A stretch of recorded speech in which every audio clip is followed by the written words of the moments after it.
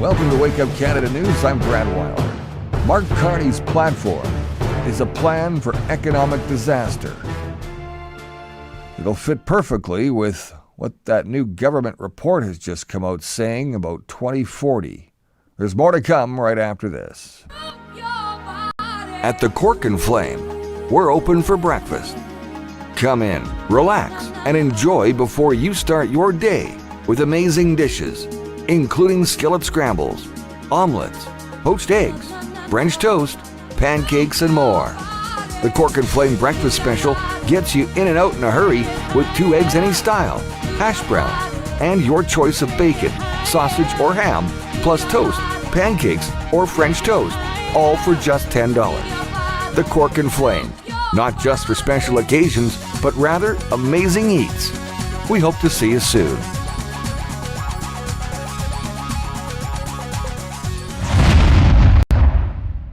Welcome back. The National Post writes, Liberal leader Mark Carney released his plan over the weekend to spend $130 billion over the next 4 years and rack up a deficit of $62 billion. And because he calls it investing, he expects Canadians to trust it. The Liberal leader's big trick involves dividing his planned spending into operating and capital categories, just like an annual financial statement. The intent is to emphasize that he plans to dedicate the majority of his new spending to capital, such as infrastructure, rather than operating costs, which include services, staff salaries, and other spending on non-physical things. Hence the spend less, invest more slogan. The actual accounting behind Carney's plans is fuzzy. On Monday, University of Calgary economist Trevor Tomby remarked that much of what the platform calls capital is probably just rebranded program spending. Capital or not, Carney's plan to overspend is a bad idea. If you buy a mansion and strap yourself to a mortgage you can't afford, well, you can be said to be investing in capital, but you might not ever pay for it. Crushed under interest with no ability to buy decent furniture, clothes, and food. Carney's would do just that, with an entire economy, though, rather than a household.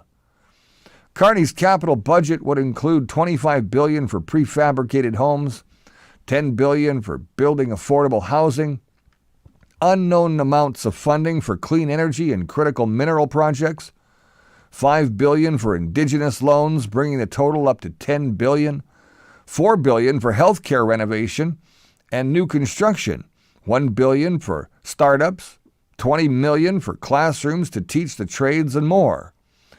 When Carney rattles off these billion-dollar figures, Canadians must remember that the Brookfield business empire, which the Liberal leader has served as board chair and fund manager, has placed big bets on both prefabricated homes and green energy.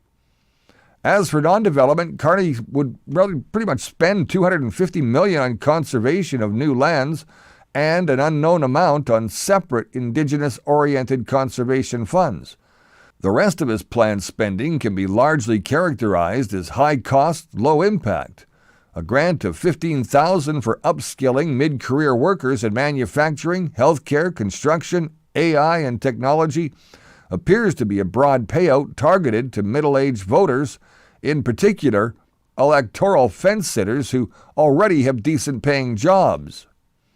Another $2 billion would support Canadian manufacturing, along with $200 million in subsidies for food processing. The problem-ridden federal daycare program would be kept.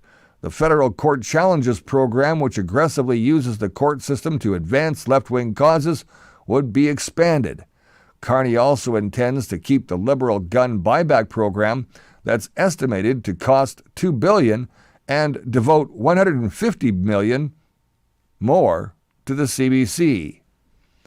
As for the fisheries, which the Liberal government has choked off by cutting allowable catch, taking quotas, sometimes unlawfully, from non-Indigenous fishers and giving it to their Indigenous counterparts, and outright ignoring lawful fishing by Indigenous people and other black market activity. Carney's promising a mere $250 million in repair and maintenance of small craft harbors. Conservative leader Pierre Poilievre is proposing to add to this funding as well, but more importantly, he'd restore law and order to the sector and throughout it, the autonomy of fishers to run their business in peace. Meanwhile, Carney has promised copious amounts of tax credit and cuts in mineral exploration, manufacturing, carbon capture, electric vehicles, hydrogen, artificial intelligence, and even personal health care. He also plans on giving away $5,000 to any Canadian buying an electric vehicle charger, a hint that government EV mandates are here to stay. Carney and his supporters will point to these tax credits to demonstrate that he's a business liberal, immune to social justice distractions of Justin Trudeau, but the rest of his platform shows that he'll be anything but. By all appearances, he's planning to double down on Trudeau's fantasism. He'd make the $265 million federal black-only business fund permanent. He'd keep the federal apprenticeship grants for employers which pay double if the apprentice hired isn't white, able-bodied, and or male. He'd also hang on to the $40 million 2S LGBTQI plus community capacity fund, which in practice is merely extra funding for liberal-aligned activism. On the file of justice, he intends to spend more on non-citizens with a promise to support legal aid for asylum seekers and refugees. As for arts and culture, he says he's increasing funding for Telefilm Canada, the Canadian Media Fund, and the National Film Board, all of which have leaned heavily into advertising the left-wing ideals of diversity, equity, and inclusion. Under Carney, the federal government's obsession with DEI wouldn't go anywhere. His platform mirrors the language of Trudeau's heavy social justice agenda, promising to reshape systems to better reflect and support all Canadians and make sure that no matter your heritage or identity, you can fully participate in Canada and create opportunities for Indigenous peoples, Black Canadians, and racialized communities. This is code for more social justice spending and more race-based hiring. How will all of this be funded? With debt?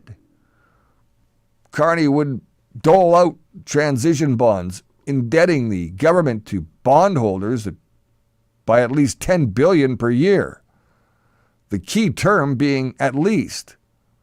To dampen his projected blows to the economy, he's suggesting a modest $28 billion in spending cuts, but these are undefined, supported by no actual plan.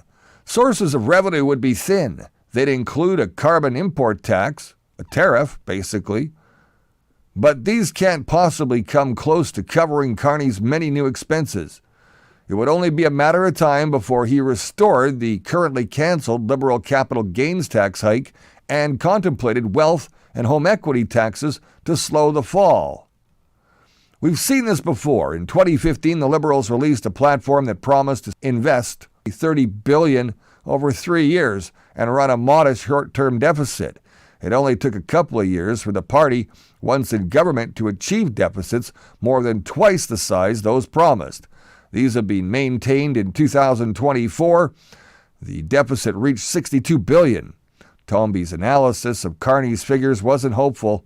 Declining debt to GDP and deficits below 1% of GDP have now been clearly abandoned, which could mean the future of heightened debt charges and reduced capacity to respond to economic shocks. Back in January, the little-known government body named Policy Horizons Canada published an alarming brief warning that downward social mobility might become the norm in Canada by 2040. Housing would be unattainable by all but a few. Inheritance, not education, would determine one's ability to get ahead. Money might become so tight that people might turn to poaching to afford food. In this future, policymakers may no longer be able to take for granted that people will be motivated to better their lot. People may lose faith in the Canadian project, concluded the brief. And that's the path that Trudeau put Canada on.